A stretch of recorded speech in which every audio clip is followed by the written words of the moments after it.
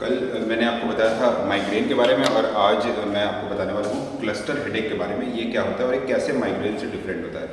तो cluster headache में typically clusters होते हैं। इसमें भी बहुत तेज पेन होता है और इसमें भी पेन वन साइडेड होता है जैसे कि माइग्रेन में, लेकिन कुछ डिफरेंसेस होते हैं और उनमें से एक चीज़ है क्लस्टर पीरियड्स का होना, जिसका मतलब ये है कि पेन शुरू होगा।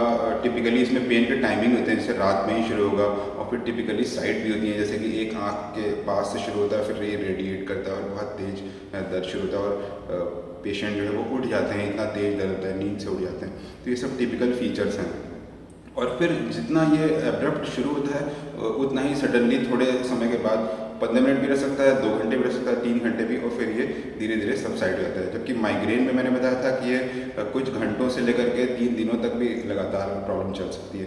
तो इसमें छोटे ड्यूरेशन का पेन होता है और ये दिन में एक बार या दिन में 2 बार रिपीट होता है कि एक बार सुबह हुआ फिर एक बार रात में हुआ, इस तरह से। और ये हर दिन आता है, हर दिन उसी समय पे, और ये बार बार होता रहता है। और इसके जो क्लस्टर बीतने तक, ये क्लस्टर कुछ दिनों का, कुछ महीनों का या ज़्यादा दिनों का भी हो सकता है, उतने दिनों तक ये रोज़ होगा और फिर गायब हो जाएगा। और फिर उसके बाद एक रिमिशन फेज आता है जिसमें कि कोई दर्द नहीं होगा और पेशेंट पूरी तरह से ठीक होगी। कभी कभी रिमिशन ये कई सालों का भी होता है, तो कई सालों तक भी कोई प्रॉब्लम नहीं होगी। तो ये क्लस्टर हेडेक है जिसमें कि एक तरफ का पेन है बिल्कुल माइग्रेन जैसा, लेकिन ये माइग्रेन से ज़्यादा टीयरिंग होता है, ज़्यादा तेज होता है और एक साइड में शुरू होता है और थोड़े समय के बाद ही गायब होता है और बार बार आता रहता है। क्लस्टर हेडेक्स के भी जैसे कि मैंने बताया था माइग्रेन के ट्रिगर फैक्टर्स होते हैं, क्लस्टर हेडेक के ट्रिगर फैक्टर्स नहीं होते।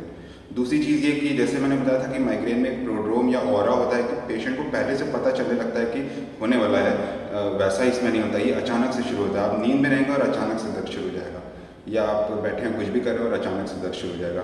तो कोई भी ऐसा ट्रिगर फैक्टर, कुछ भी ऐसा चीज़ें नहीं होती हैं, कुछ भी ऐसा प्रोड्रोम नहीं होता है, कोई ऑरा नहीं होता है, पहले से सिग्नल नहीं पता चलता है।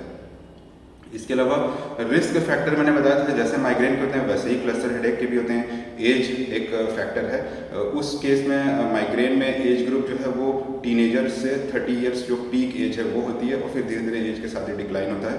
इस केस में ये 20 to 50 इयर्स ये एज ग्रुप होती है, मतलब थोड़ा सा एज ग्रुप ज़्यादा है। दूसरा जो एक हमने बताया था रिस्क फैक्टर सेक्स का, कि अगर फीमेल आप हैं तो आपको माइग्रेन होने के चांसेस ज़्यादा हैं, अगर आप मेल हैं तो आपको क्लस्टर हेडेक होने के चांसेस ज़्यादा हैं।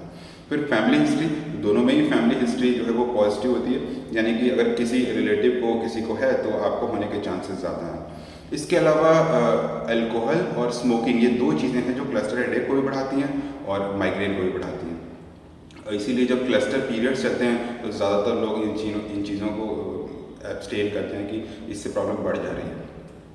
फिर माइग्रेन में मैंने बताया था कि जब पेन होता है तो बहुत सारे उसके ऐसे फैक्टर्स होते हैं जिनसे कि प्रॉब्लम बढ़ जाती है, ठंड से या साउंड से या तेज रोशनी से प्रॉब्लम बढ़ती है। क्लस्टर हेडेक में ऐसा कुछ नहीं होता।